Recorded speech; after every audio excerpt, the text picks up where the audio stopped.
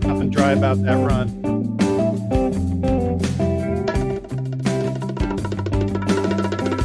Bongo drum there, yeah.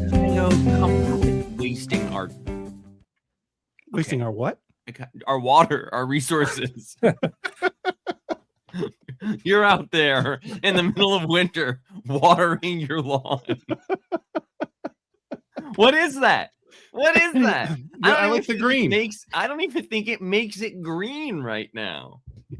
You don't know my lawn's life. Your gran is what we call it. At Django's gran, it is as dead as anybody's lawn right now. The local gran out there, you're wasting resources. You're taking hundreds of extra showers a month.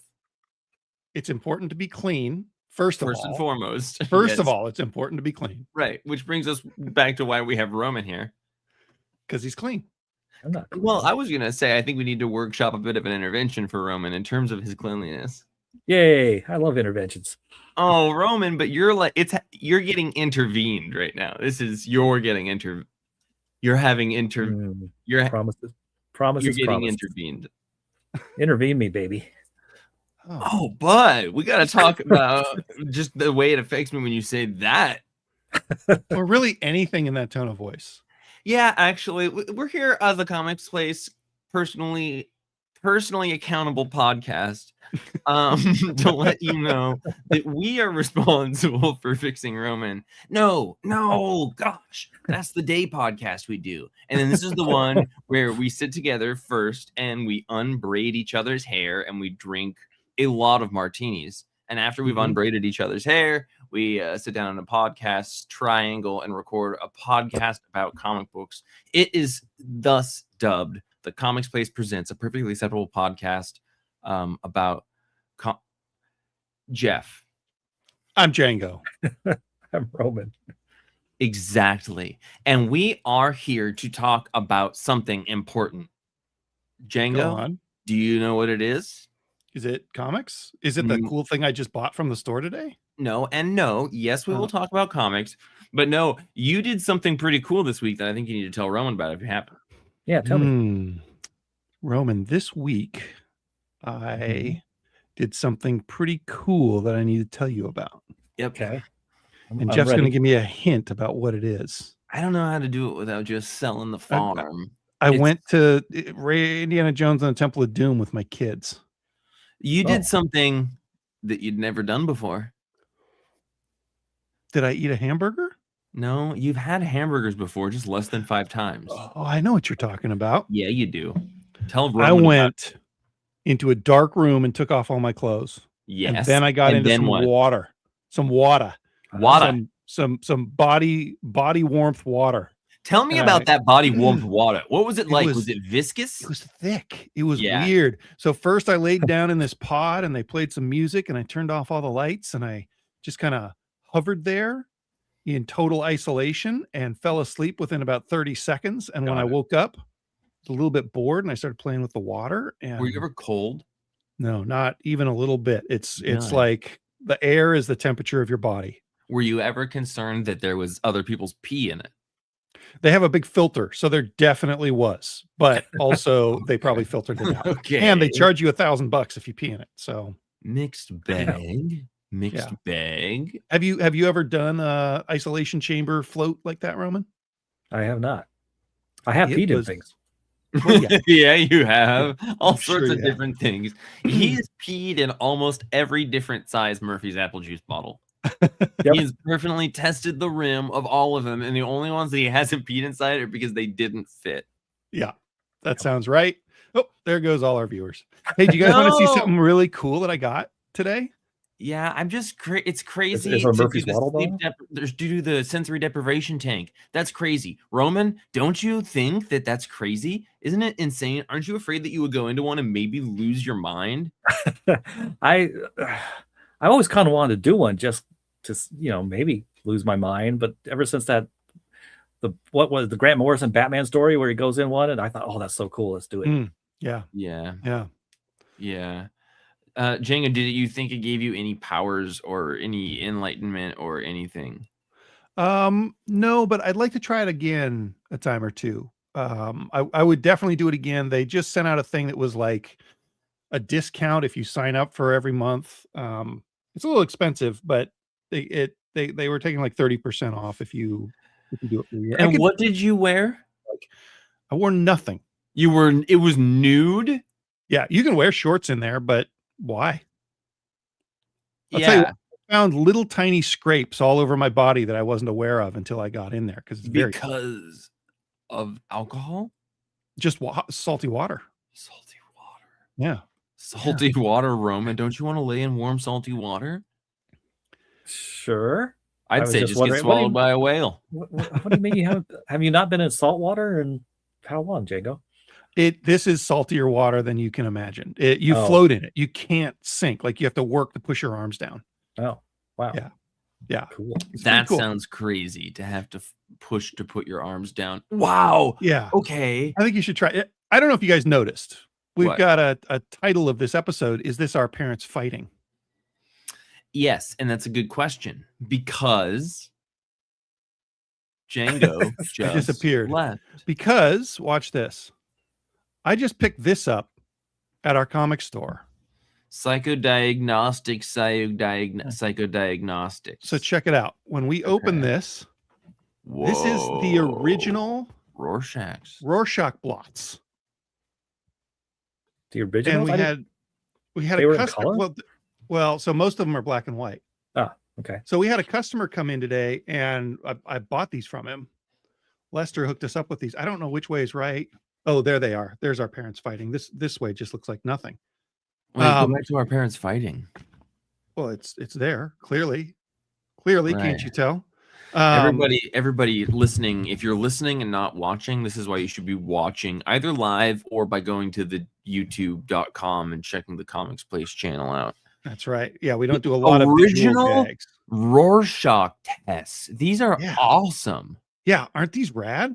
Yeah, they are. So that next one looks like two bears kissing. That and that you have a file of things called psychodiagnostics. Yeah, and they're like thick cardboard. It's a really cool little package. What did something like that cost? What was something like that valued at? We looked them up on eBay. They sell for between $120 and $220, with most of them selling for about $100 or $120 and $200. So $120. Wow. Yeah, just a really cool artifact. When he showed it to me, I was like, that's the coolest thing you've ever brought in. And he's brought in like original Star Trek communicators and stuff like that from the set. But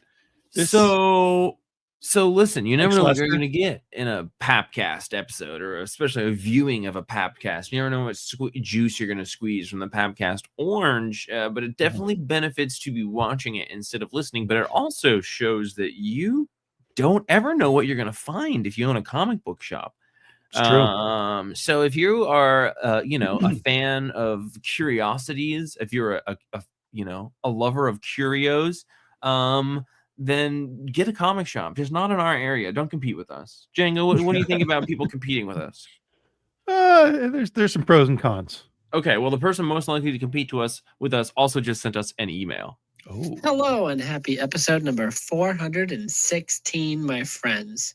We are deep into this year already. Yeah. Holy cow. Yeah. One thing that I thought I was going to have a lot of time to do in the holidays was catch up on my back issues of comics. I'm usually actually pretty good at not falling behind.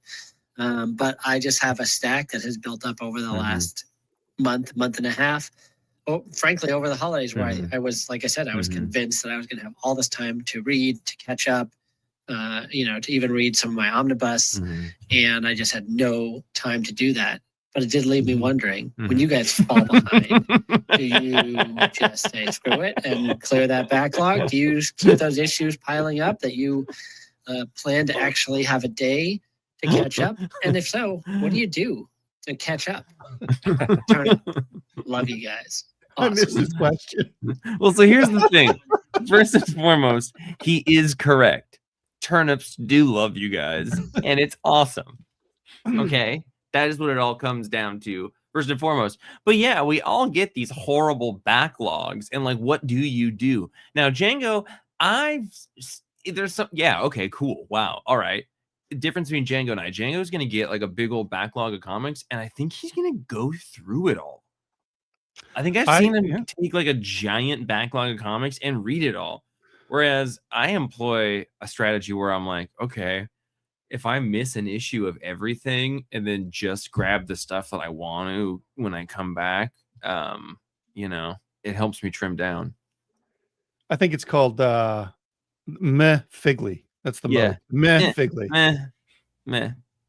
I actually, so I've been trying to work in more comic book reading into my life the last couple of weeks since the holidays kind of slowed down. And this week is going to be weird to do the podcast because I think that I finished reading all the comics we're going to talk about almost a week ago because I grabbed them a couple days early and read them all in basically one sitting. And then I've been chugging away through other recent comics since then. Well, I'm really excited to hear your input. That's my input. That's all of it. Hey, Roman, what about you? You never get far enough behind to have a read stack, right? Not so much nowadays, but in the past. I mean, I'm still planning to someday read all of James Robinson's Starman and all of the Invisibles because I have every issue, but I haven't read them. Yeah. But nowadays I'm able to keep up more often. Though this week I discovered that for some reason I'm not subscribed to Action Comics by Mark Waid. Oh, it's good. So I read the issue. I was like, wait a minute, I've missed some issues. Actionable advice. Well, counterintuitive as a businessman owning a comic shop, but I would say if you got a troublesome backlog of books, I think you got to be honest with yourself. I think you got to look yourself in the mirror. First, recognize how handsome you are. And then look at the comics and think about which of those series that are there that you're not that excited about catching up on. Like, God, I got to get caught up on those. I'm like, oh, that's going to suck. And I think that means that you should stop getting it in monthly issues. And you can get a paperback of it at some point and check in if you want to get caught up. But you know, being subscribed to things that you don't really want to get caught up on just prevents you from being able to fall in love with more books that you would really, really love. It's like being in a bad relationship. Sometimes you got to break up and move on because I got a step before that though. Okay. You got a little pushback. You want to push back a little bit here? Just read 2 in a row and then decide. Oh. Because there's something different about reading two issues in a row. I read a bunch of World Tree in one sitting, like 4 issues in a row. You're right. And I wouldn't want the trade of World Tree, but I really enjoyed reading multiple issues at a time. So I think sometimes it's hard to get back into the swing of things, but if you get back into the swing with an issue or 2 at a time, you might realize that you do actually like that book. Yeah, that's a good point. You should give it a 2-issue go. Because there is something that happens when you get momentum. And at the very least, that might indicate to you, like, maybe I want to read this book in trade paperbacks instead. Totally. Totally. Yeah. Listen to us give actionable advice, and Roman just sort of gawking. Do some action, Roman. Roman. Yeah. Have you ever attended any sort of large barter fair type events or sort of cultural gatherings where many people wouldn't be wearing clothing? Oh, I was going to say yes until you got to the many people clothing part. Well, not many people, but I've been to the nudist club over by, resort, whatever, over by. Yeah, we're not here to split hairs. Yeah, I can't remember where it is. It's by a lake off of I-5, go east, and they had a little like tiny farmers market type of flea market thing going on, but it wasn't many people. It was like 40 people maybe. I find myself particularly drawn to shopping for produce in the nude.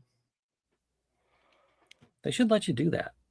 They do where you went. Well, yeah, but I mean, like, just go to Fred Meyer. I mean, that'd be nice. So that is where that ended us up. So sometimes you got to start Thanks, Will. walking just to see where it gets you. So Will, thank you. It ended up with Roman nude in the produce aisle. A handful of things came out this week. It was also nice to have, like, not to throw stones, but like Marvel Comics put out some comics this week for what felt like, the first time in a couple of weeks, some like number ones, some opportunities to jump on. I'm very excited to hear about a couple of the ones that I didn't get to read because we had sold out, because the guy who orders the comics isn't good enough at it. But one that I do have that was a pretty big release this week is not from Marvel Comics, but it's the most noteworthy, I think, and it's DCKO number 3. Oh. This book written by Scott Snyder with art by Javi Fernandez, and this is also written by Joshua Williamson. Continuing on the 5-issue DCKO event, originally going to be 4 issues. It was super awesome. Between issues 2 and 3, it's been a month. There was these 4 to 5 weeks of fight rounds that each had an issue that said round on it. Listen, I'm gonna own up to it. I was pretty loud about being confused, disappointed at what felt like sloppy execution and confusing things. Now, listen, I think that they had this tournament that is covered in the books, and there has been rounds, and at the end of round 2, they were like, the next round's going to be team ups. And then we got that in this round, but there was this secret round where everybody, they still eliminated half of all people. So listen, I can't be angry about it anymore. There's just an extra round in there, and all of the big boards and everything account for it. Our staff is doing the Lord's work. They're updating, the brackets. So everything worked out to have that there. It's just a very confusing verbal thing to have done, to had this tournament thing like that. But here we are. We're in round 3, round 4, whatever it is. And we have team ups. And we eliminated, half the people. But in this one, everybody gets to pick either a living or dead hero to be on their tag team with. And there was some interesting choices. And at the end of the day, something big happened at the end. So discuss, talk amongst yourself. Include me, but talk amongst yourselves. But I'm also here. Don't forget that I'm here. Okay, you're here. I thought this was awesome. I thought it was interesting, like, to open with kind of a chessboard situation, because nothing about this seems like chess to me. This is mostly just punching and kicking. Whoa. With some cool strategy in there. Which I love what how chess is for the intellectuals, Well, that's true. But intellectual punching and kicking. Yeah. I really like how everybody is doing, like, every big round of this, somebody cheats in an interesting way. And I'm digging that quite a bit. Yeah, I mean, this is definitely the most exhilarating knockdown drag out comic this week. And just watching Superman turn into Shazuperman. Oh, wow. Cow. That was super fun. That was a fun thing you just said as well. It's one of multiple comics I read this week, and I can't find the other one yet, that required me to flip the book horizontally to appreciate a double-page spread. Mm-hmm. Yeah. Did you notice that, boys? I noticed this one because I hate doing that. Yeah. It's a real thing. It's a real thing. But anyway. Yeah, Roman, what'd you think of this? This was my favorite KO story yet. Oh, wow. I'm still wondering about this. What secret round? What are you talking about? Well, all of those issues that were like Superman versus Captain Atom. Yeah. Those were all fights. Yeah. And they eliminated people. Yeah. But like, it seems like the rounds were the main issues of DCKO. And at the end of the second issue, they were like, there was whatever number of people, and they were like, all right, the next round we're doing like tag teams. And then in this interim moment, like everyone then fractured off and had these fights with a different person, and everybody was eliminated. Well, half the people were eliminated. I think they just named it funny. Yeah, okay. so maybe they just named it funny, or there was a confusing thing there, or like they added fights or whatever. It was just confusing at that time, but I don't think there's anything wrong with it because it was clearly baked into the whole story of it, right? Like the promotional material and stuff had it there. So that was round 2, fight 1, 2, 3, 4, 5, 6, 7, 8, but they called it round 1, 2, 3, 4, 5, 6, 7, 8. Just like bad nomenclature. I think. Okay, yeah. I've been ignoring all that because I knew it would confuse me. This one was the only thing I didn't like in this was Lex Luthor like putting in cussing because he just seems like it just seems like he's so arrogant and above it all. Luthor doesn't cuss. It just doesn't sit right. What if he started listening to a podcast that has really infectious and catchy ways of talking, and one of the ways that they talk is that they swear a lot, so he's been experimenting with introducing swearing more into his vocabulary. Like we can't put limits on Lex Luthor. He's not above podcasts. Yeah, he is. You think? Oh yeah, Luthor's not going to waste his time listening to podcasts. He doesn't care what other people think. You're probably right. I can't argue that. His opinion is the only one that really matters, so why would he listen to anyone else? Yeah. I loved Barda and Wonder Woman. I love the Joker coming up with Emperor Joker because that, like I always complain about, writers need to find a good way to nullify Zatanna. Williamson, of all people, did it with Emperor Joker when Mr. Mixospillic. Perfect. It was awesome. Yeah, I thought the dynamics that they chose to pair people up with was fantastic. You are crediting Williamson with that.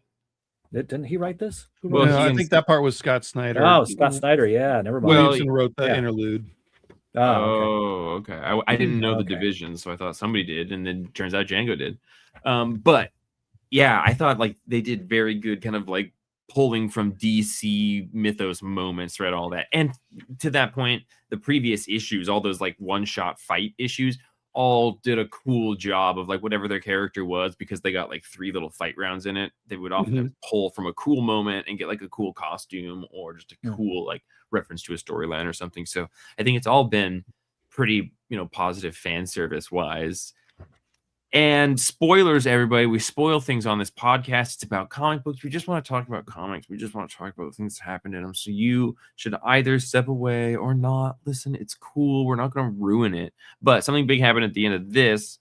What do you guys think, spoilers, about the fact that the end, they're like, the Round Master is like, well, now the real fight begins. And all the absolute heroes show up, but they look like particularly grumpy and dark-sidey.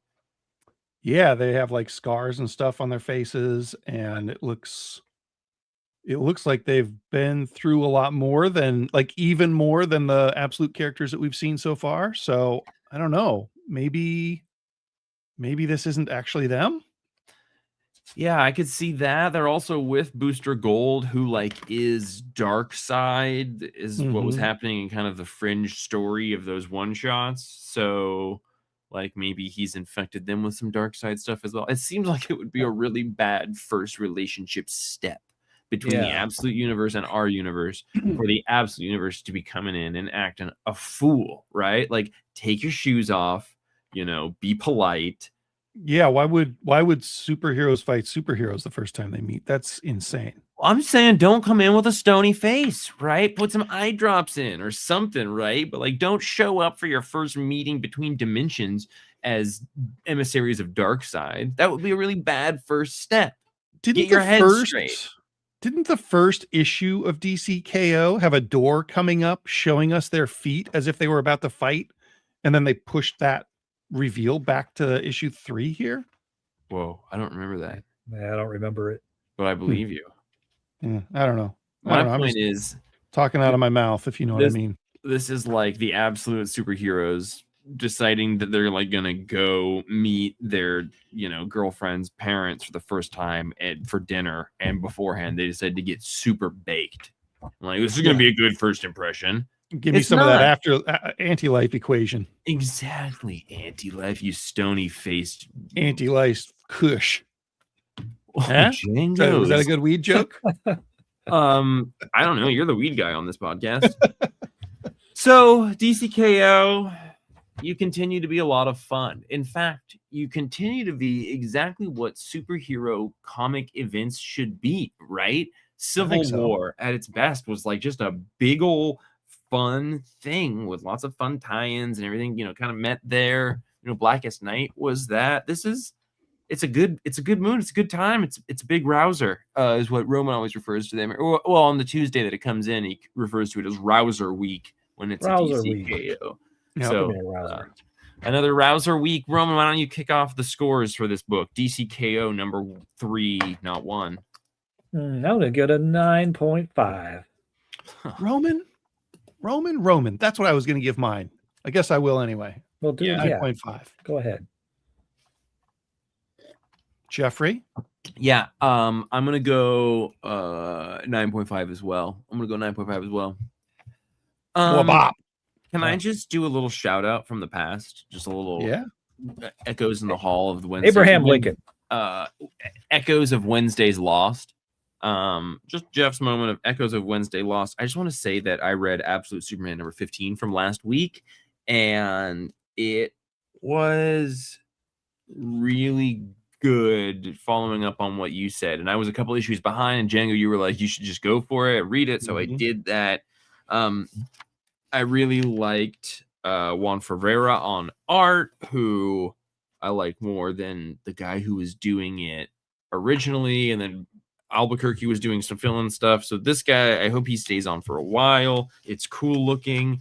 But yes, it is really very much feels tonally different than the last time I was reading it, which was kind of the first beginning of this thing was very like closed, kind of doom and gloomy, lost in this like power hierarchy of this company and all this stuff. And I didn't really know what's going on. Now we're like really introduced to his character, seeing him kind of more morally interacting with Roz is really interesting in here. So I had missed a couple issues and I just skipped him and came in, and I like his dynamic with Lois, and then whatever Brainiac's up to, well, Brainiac just not having a top of his head, traipsing around, going to Luthor, who and the last couple issues, have we seen him again? I know we met him very briefly, like 5 issues ago or something. Not a ton if we have it all. Yeah. Okay. I don't think we've seen him much since the. Well, that's good to hear. That's good to hear. So, Roman, I think you would give an Absolute Superman 15 a 10. I'm going to give it 9.5 myself. Very good stuff. I was very confused about the presence of one page, but I think I get it, having just gone back to it now. There's that gorgeous page of like a dam with like his Kate being like spidered out, plugging a bunch of stuff on it. And this, I know this is the last one, no one has it anymore, but I didn't get what it was. But I think throughout the book, you see him just doing some heroic stuff, and he's doing something heroic with a dam there. So, okay, cool. Makes sense. High scores. Moving on. We got a question in the chat here. Yeah, let's do it. Kyle Northrop wants to know if we talked about this week's Crownsville. Oh, Roman, did you read Crownsville this week? No. Neither did I. But looking at the book, it looks interesting. So tell us to read it, Kyle, and maybe we'll put it on the pile. Yeah, dude. Crownsville number 3. And then also in the chat, Nate McGarry Myers wants to remind everybody that his comic, Predation, will be in stock. He's going to bring it by tomorrow. We might get it out tomorrow. It might be Wednesday before we get it out. But local creator has a comic. We got a handful in a couple weeks ago and sold out. So he's restocking. That's really cool. Glad that we sold Crownsville from Oni Comics. I don't know about it. Rodney Barnes. All right. Absolutely. All right. Absolutely. We got work to do, guys. God, we got work to do, you guys. What is going on? What's going on? Oh, this is a great cover. Roman, I'm sure you read Dungeons of Doom along with me, right? Oh, yeah. Okay. Of course I did. Good. I didn't want to do a soliloquy here. I prefer to talk with you. I forgot the request. Dungeons That was a shot at me. Of Doom. What's that? That was a shot at me. No, not at all. Soliloquy. You prefer to not after I just now I'm going to do it even more by defending myself. Look at this. Nice. You really We get all of us in on this fired. conversation about Okay. Dungeons of All right. Doom number 1. Okay. I thought this was going to be a one shot. This is a bunch of people after Doom dies. A bunch of different factions are trying to take over Latveria, and holy cow, this is exciting and bloody and gross. And like, there's a giant eyeball monster that's super cool. And it's Who's just a bunch writing of. and arting it? This is Philip Kennedy Johnson. Okay. Philip Kennedy Johnson, Ben Percy, I think, is writing some of it. Like, You know, they hit all the credits to make us look like chumps. They got a bunch of different artists on it. Justin Mason, Robert Gill, Carlos Magno, okay, George so it's a bunch of Jati, different and Carl little Story. stories. Well, no. I mean, but No. there's different chapters. And each chapter follows like Hydra or AIM or Red Hulk. Just like, Yeah, the Latvian freedom fighters. yeah, Wakandans are showing up. It's just like big, dumb, actiony, like literally about the dungeons of Doom. Yeah, So, and they combined like some bits and pieces from Frankenstein and Dracula down there in the dungeon.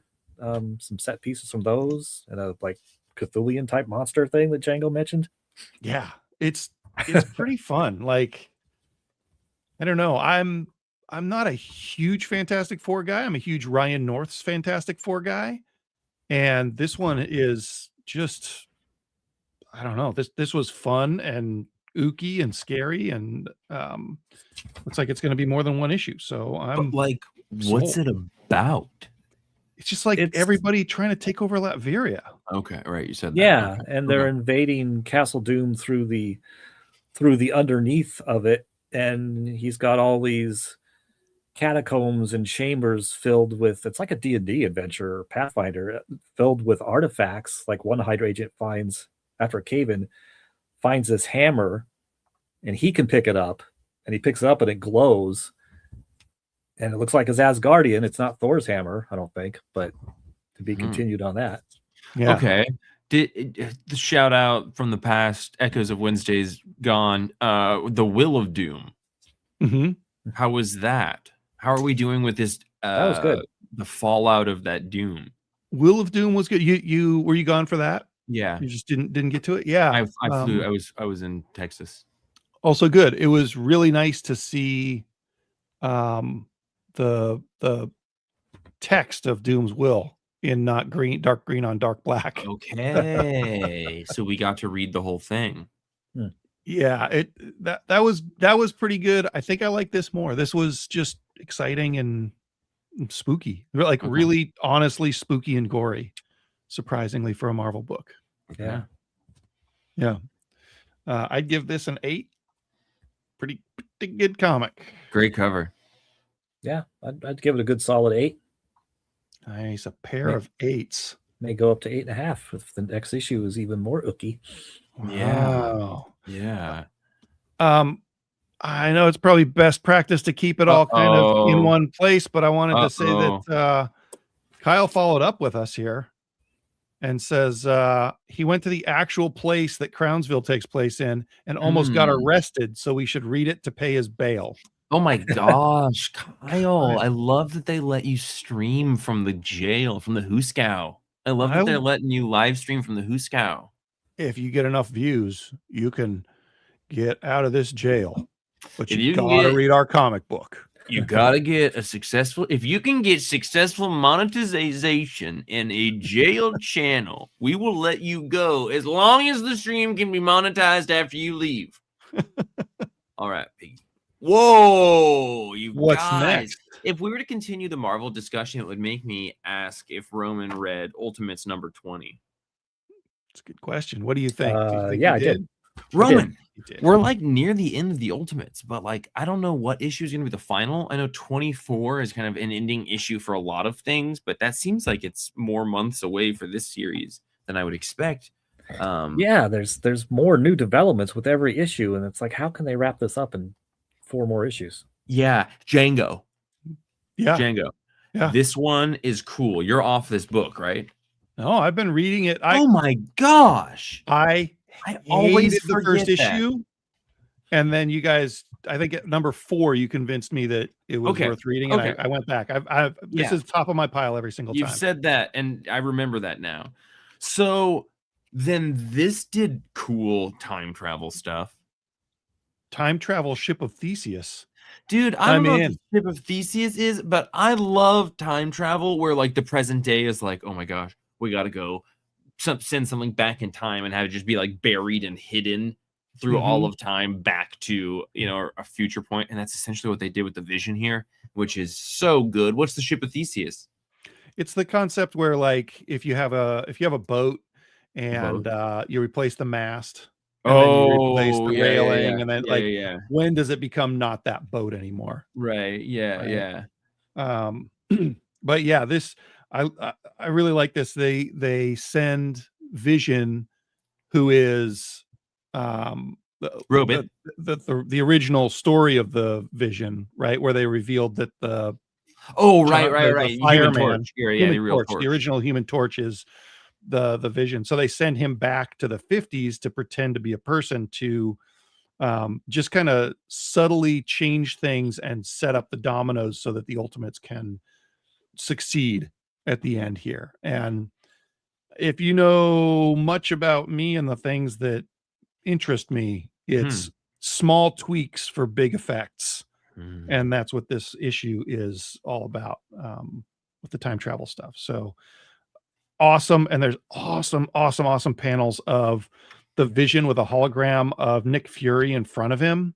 And you get like an overlay of Nick Fury's face over the Vision's face. And it's just like the weirdest, creepiest eye patch over the Vision, like low opacity thing.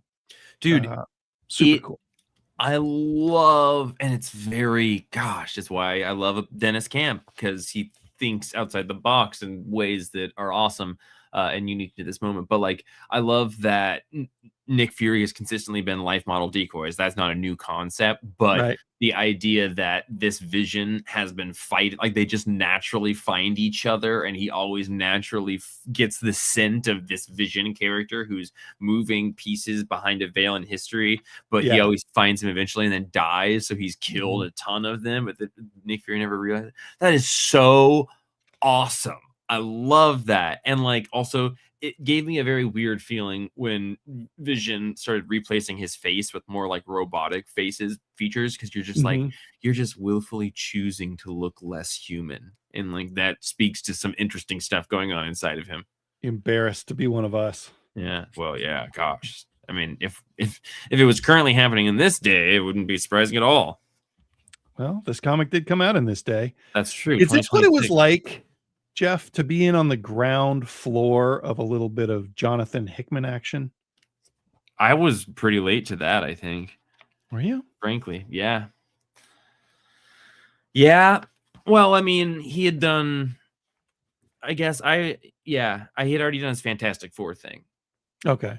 But like, I was reading his like Ultimate stuff and then his Avengers stuff and all that. Yeah, for sure. That was just feels like the Dennis Camp, if he sticks with comics, which I really hope he does, and I don't know why he wouldn't, he just feels like he's got all these big ideas and he's not afraid to really swing for it. Yeah, and he is like this wonderful balance of Morrisonian concepts and Hickman like concepts. Like there's aspects of both that, you know, make each other unique from one another, and then he has both of them, and maybe more palatable than either of those guys on their own most of the time for me. Totally right?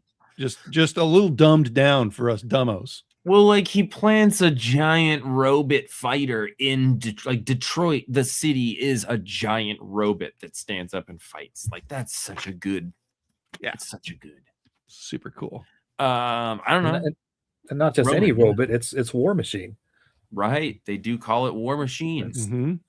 I loved in this one how the whole thing, the revelation about the secret war for decades between Jim Hammond, Human Torch, Vision, and Nick Fury.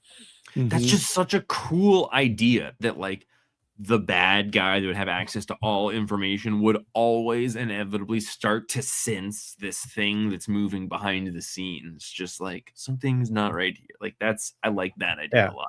Yeah. And I love the resolution of it, the way Vision does it. Oh, it's awesome. How's he do it, Roman? It's very inspiring. Well, I don't want to spoil it. Okay. I just don't forget. I'll flip through it. I'll find it. Yeah, you'll see. He beats Nick. Do we score? No. 9.0 for me. Yeah, 9.5 for me. 9.5 for me too. Yeah, sorry. Yeah, the only thing that kind of keeps it from a 10 for me is, the art's fine. Yeah, that is exactly it for me too. The art's just fine. Some of it's great, and some of it's really just fine. Yeah, some of it's great, like you said, the thing with the Vision and Nick Fury's face overlaid and merging. That was awesome. Yeah, it's Phil Noto, and like he can be great, but he has adapted his style to be able to suit the like monthly rate, and so sometimes it can be a little bit rough, like the large mech things. That's not in his style. That almost looks more like Brian Hitch. Have you seen these giant page, like single page ads for like the end of Marvel or whatever it is? It's like pretty interesting graphic design. Probably Aja or Chip Zdarsky, but like these things. Oh yeah. Witness the origin of the end. Yeah. I wonder what that's about, you guys. Yeah. Well, it's about Armageddon assembling. Armageddon assembles. What's that mean? We work in the comic industry. We should know about that.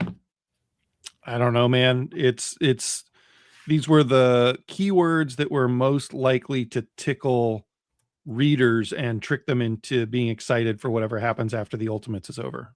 This was a focus group that made this ad. It means that they're merging. Sorry, was that too cynical? Yeah. It means they're merging Def Leppard with Marvel. It's going to be there written by is. Zdarsky. There's that childhood wonder. Yeah. Yeah. Armageddon it. Okay, so it looks like it's maybe taking root from Chip Zdarsky's Captain America, as well as recent developments on the Ultimate Universe, specifically Miles Morales returning home with Origin boxes in Ultimate Spider-Man Incursion number 5. So there might be aspects of what's going on with the Ultimate Universe as well. Interesting. Interesting. But Zdarsky, he's good. He did that Marvel, like, Avengers Twilight thing. So he's got, like, and then, he's got a lot of credit built up. For some reason I keep thinking that Daredevil End of Days book was him, but it's not. No, but he did a bunch of Daredevil. Hey, did you guys read Where Does the Rainbow End? I certainly did not. Did you? I did. Roman, did you? No, I did not. Okay, well, crap. Okay, so this is a Mad Cave book, which Soliloquy. Yeah. It's written by Francesca Perillo with art by Stefano Cardoselli. What's notable for this is that the art is done by the name I just mentioned, Stefano Cardoselli, who did the art in the book like Spit in the Wind or Don't Spit in the Wind. Yeah. As well as a couple other things from like probably Mad Cave. And his art always stands out to me when I see it. It super stands out. The interior art is by the artist in the cover. And it's just a very, I don't know if in the past he's worked with the same the same writer in his stories, but it's a very kind of like fully functioning ecosystem of a fantasy world, but it's just kind of like a different, like robots and humans live side by side, but like robots live in sort of gentrified poor areas and humans live somewhere else. And there's not a huge amount of like morality stuff with that, but the art, this guy or girl always makes everybody look super dirty in the way that you can see that on the cover. And at the beginning of this, some robots encounter a baby. So they start raising a baby. And so it's like 3 robots and a baby. And at the end, she finds another human being. But the world's really interesting looking and it's super imaginative. And the story's good. Like, I think I had read the first issue of different stories this person had done the art on. And none of them were like cohesive or coherent enough for me to like have really followed or through line or pitched it after the first issue.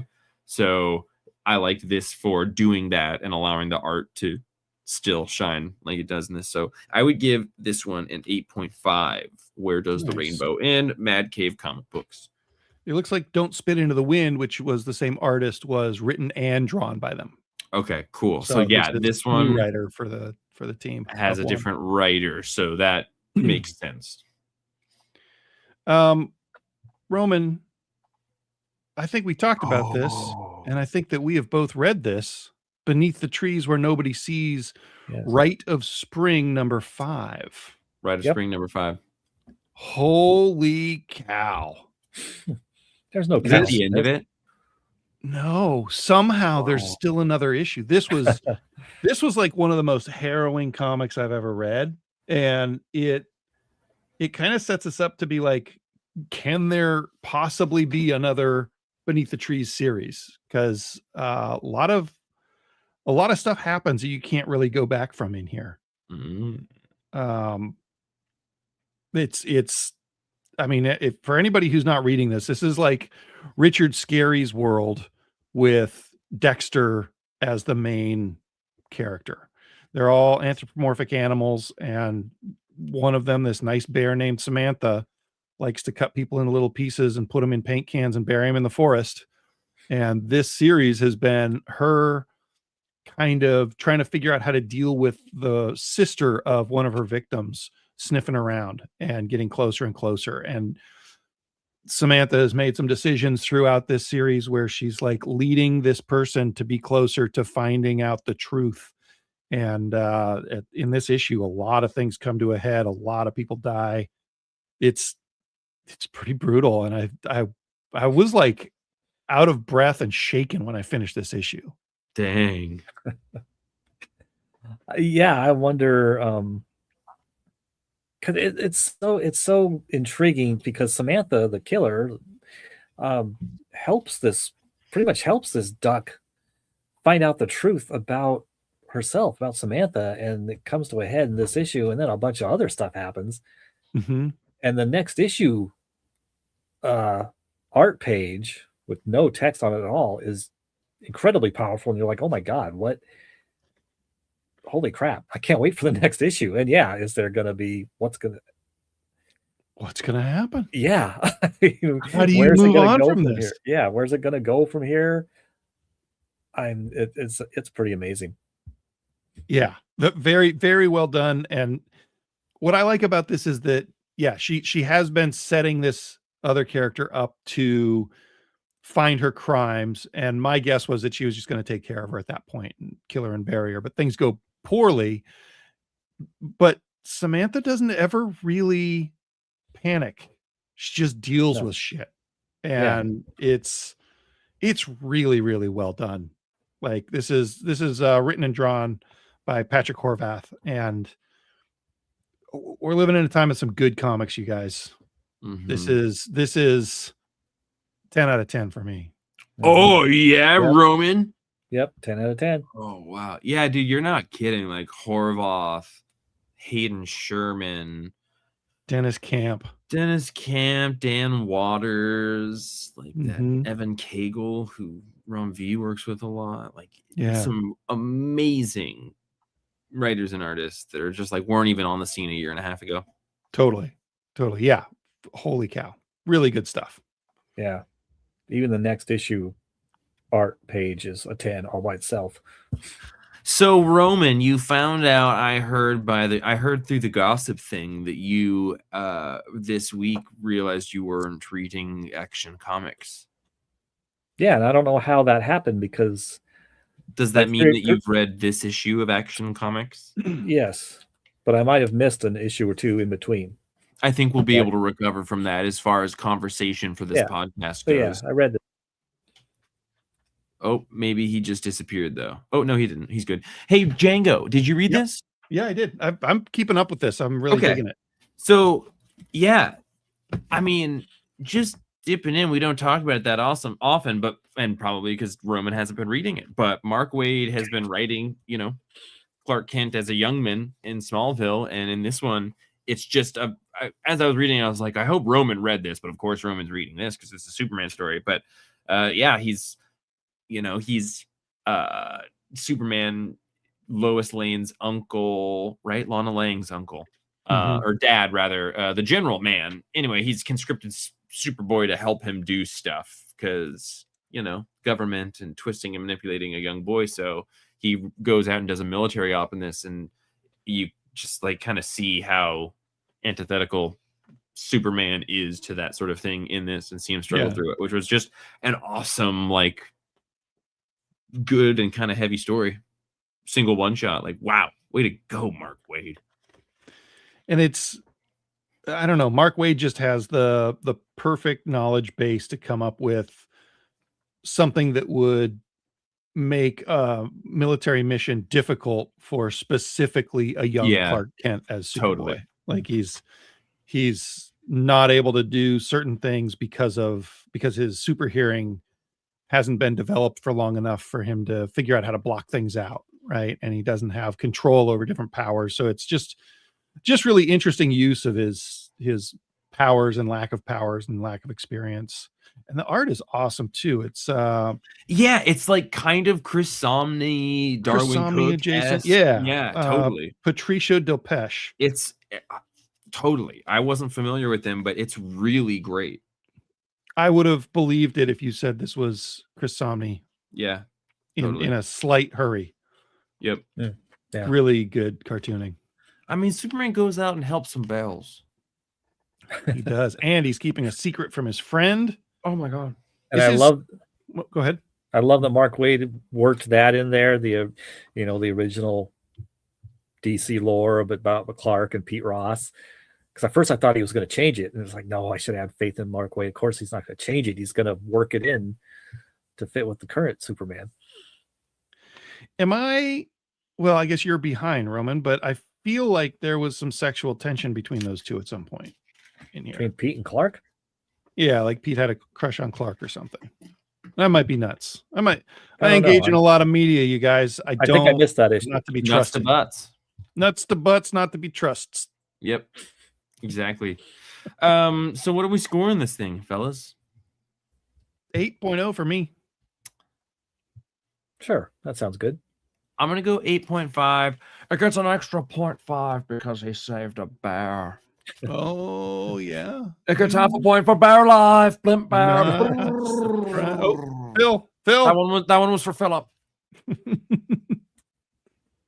That brings us to our next book. No, guys, I'm just gonna soliloquize. Oh god, I can't just keep soliloquizing. Do it. You can. Do it, you coward. Do it. Okay, I'm putting limits on myself. I'm limiting myself to 1.5 minutes. I'm doing my own self-imposed buck sheezy. Okay. All right. Going now. All right, Jeff, you got. So I want to talk about Mega Man X number 0. This one. This one. All right, don't let me interrupt you. They did a Mega Man X thing that just followed the story of the game, and this is issue 0 of Mega Man X. So I was like, okay, let's see what they're going to do with this. Anyway, it is exactly the first level of Mega Man X as a game. They're retelling the first game. That's totally cool because I love that story. Visually, it's cool to see it unfold. But I do wish there's going to be a new story. They should have something new in it for people who've already dealt with that story. And I also want to talk about Noel number 1 because I can't imagine a lot of other people read that, but maybe other people did. Noel, King in Black, he gets his own series. This is happening right now. Dealing with like Hela, she's doing stuff. There's a tease for Thanos because like she's death, and they used to have an old flame thing. But when you untether Null from like this venomness and like the symbiotes, and you just kind of like drop this story in of this King in Black who's like this ancient being who goes back to his old the Celestials and stuff. It's cool to see him wiggle around, and he is the embodiment of emptiness. So like the way he uses that is a very clever thing within this. So he exists within this realm of Thor-like beings. I think logically, as far as storytelling goes, him be with those characters in this, I think makes a lot of sense. And yeah, I enjoyed it. The art was also pretty good. This is written by Al Ewing and Tom Waltz with Juanan Ramirez on art. Oh, those are my 2 soliloquies. My timer was a little bit behind yours.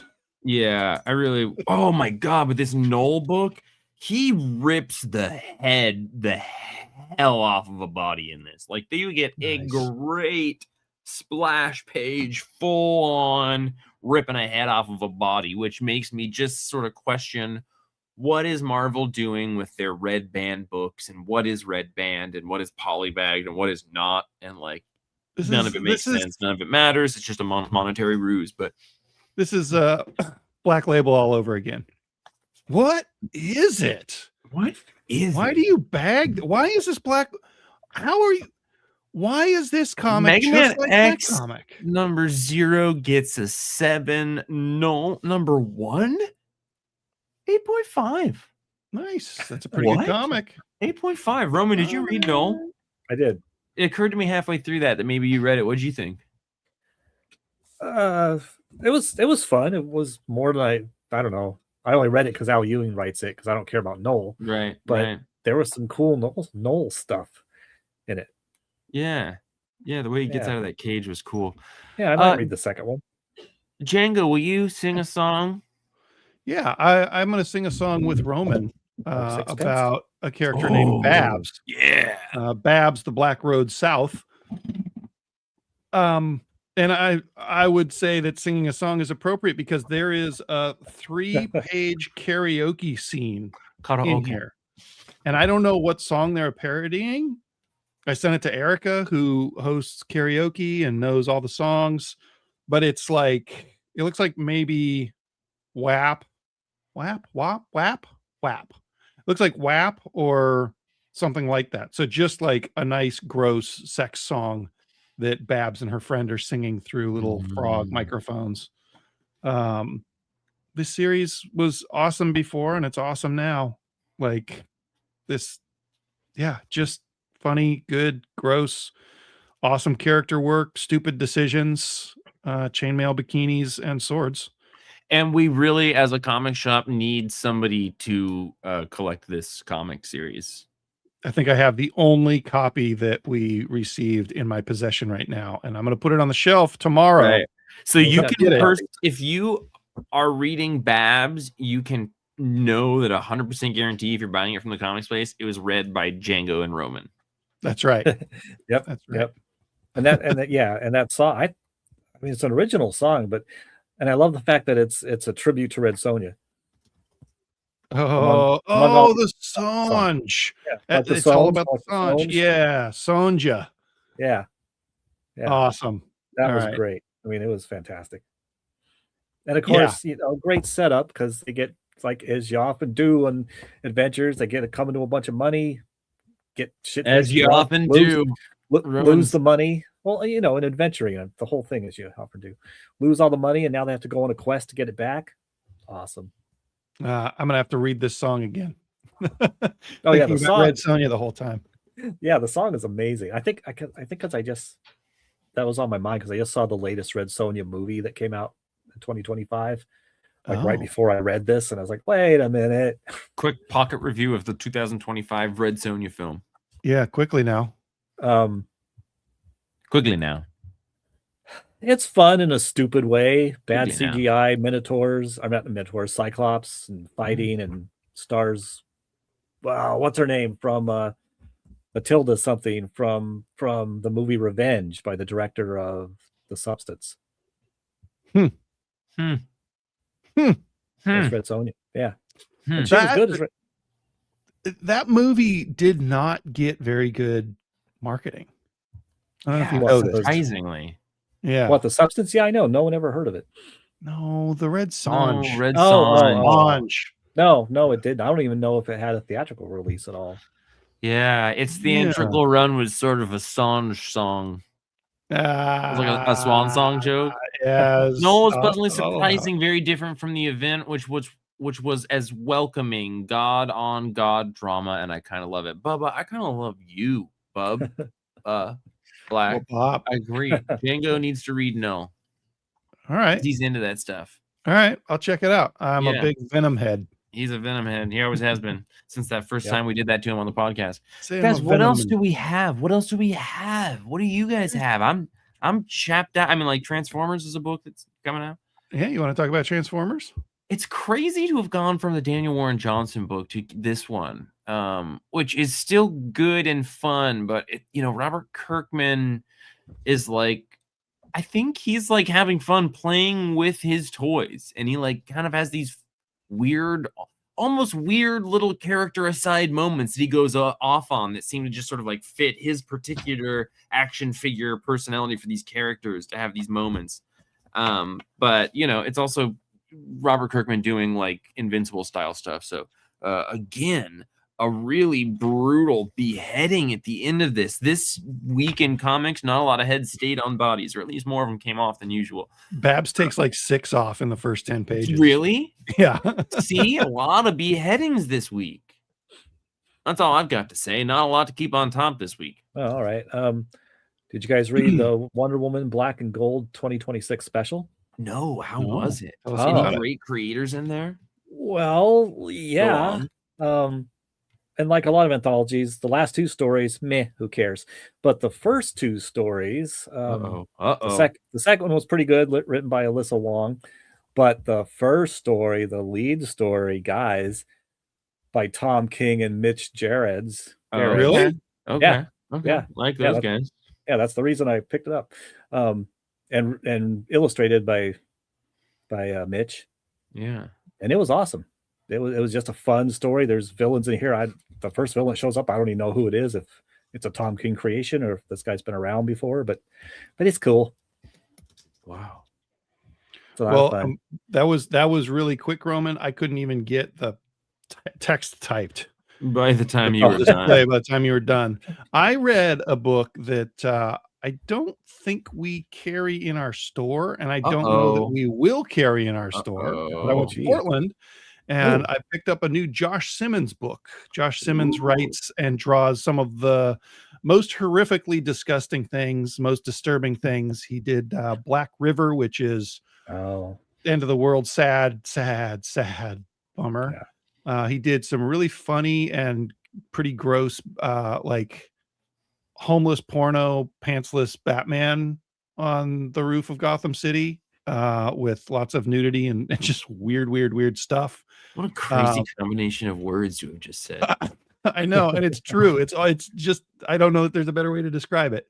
You have to order his stuff from England. I don't know if it's because the Batman stuff would get him sued otherwise, or if that's just where his publisher is. It's from the Mansion Press, but this is a Punisher riff, but 5 pages into the Punisher shooting people in the nuts and stuff. We just follow these characters. One of them goes to a cult and gets inculcated into the cult, and then we don't see the Punisher again until he's shooting people in the junk again later. It's pretty good, like good character work and also just really gross violence. So yeah. Wow. I'll probably bring this one to the shop if I don't gift it to somebody, but good weird stuff.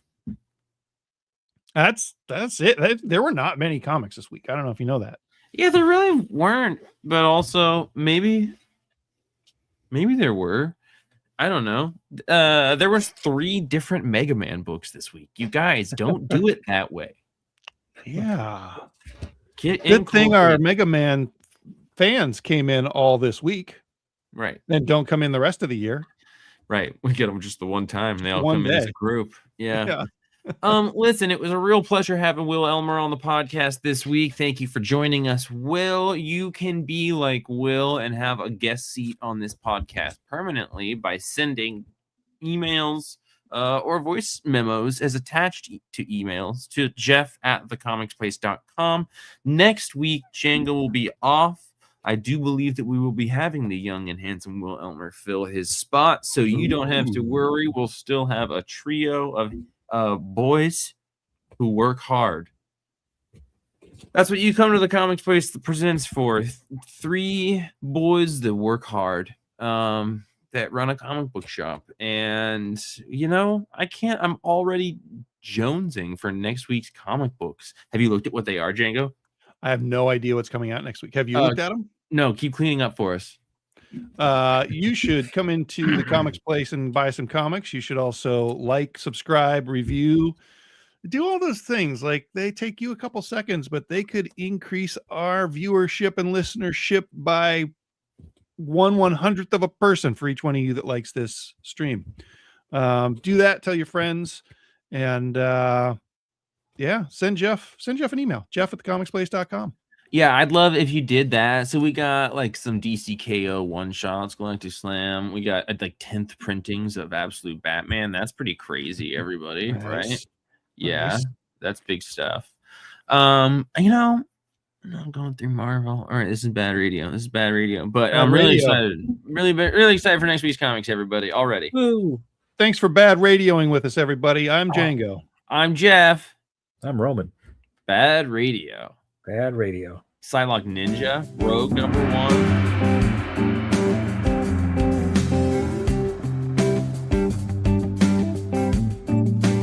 Star Trek books coming out these days. And